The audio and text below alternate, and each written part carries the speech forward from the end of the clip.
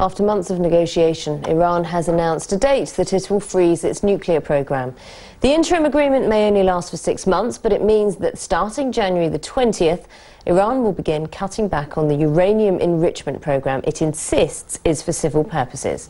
From Washington, Beth McLeod reports.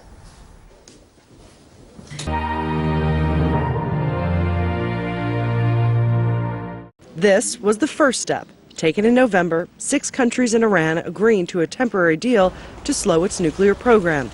Now, the next step. On January 20th, Iran's leaders say they'll take action. On that day, they promise to enrich uranium to only the 5% level, dismantle their stockpile of 20% enriched uranium, and allow for increased inspections. In return, they get sanctions relief for the oil and gold industry and a let-up on sanctions that have kept out spare parts for cars and airplanes. Some of its overseas accounts will be unfrozen as well, putting an estimated $6 to $7 billion back into their economy. U.S. Secretary of State John Kerry says the interim deal is a huge step toward a permanent agreement with Iran.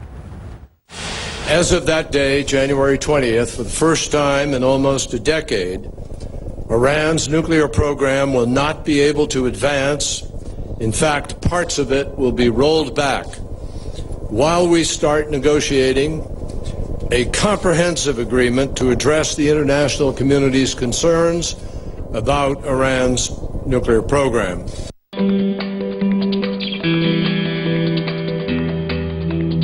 Tehran's Deputy Foreign Minister explained that an easing of international sanctions will follow once Iran has curbed its uranium enrichment.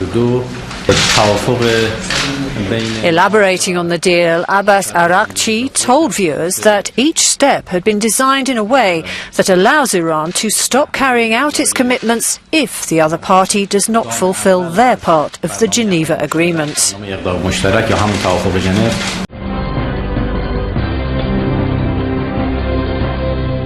U.S. President Barack Obama has welcomed the agreement.